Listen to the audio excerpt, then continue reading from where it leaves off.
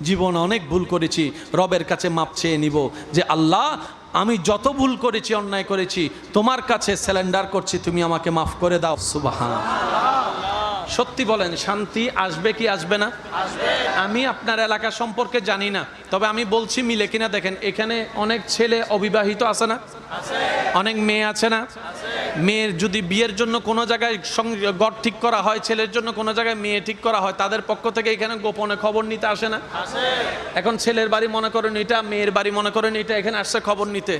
যদি জিজ্ঞেস করে ভাই অমুকের মেয়েটা কেমন, সে শুই নাই বুঝতে পারছে যে কেন আসছে, তার হাত ধরে এটাই না সাত দোকানে লয়ে যাই, মাইয়ার খুঁজে ভান নাই না, ছেলের জীবন নষ্ট করার ইচ্ছে হয়েছে আপনার না? এমন ভাবে শুনাই দেয় ছেলে মেয়ের ব্যাপারে বনি দিয়ে, বিয়েটার আগাতে দেয়। এবার তাকে একজনে জিজ্ঞেস করছে তুই কি মেয়েটাকে চিনস? কয় না। তো বললি যে? এমনি শখ করে বলছি যে। সত্যি করে বলেন আছে না নাই?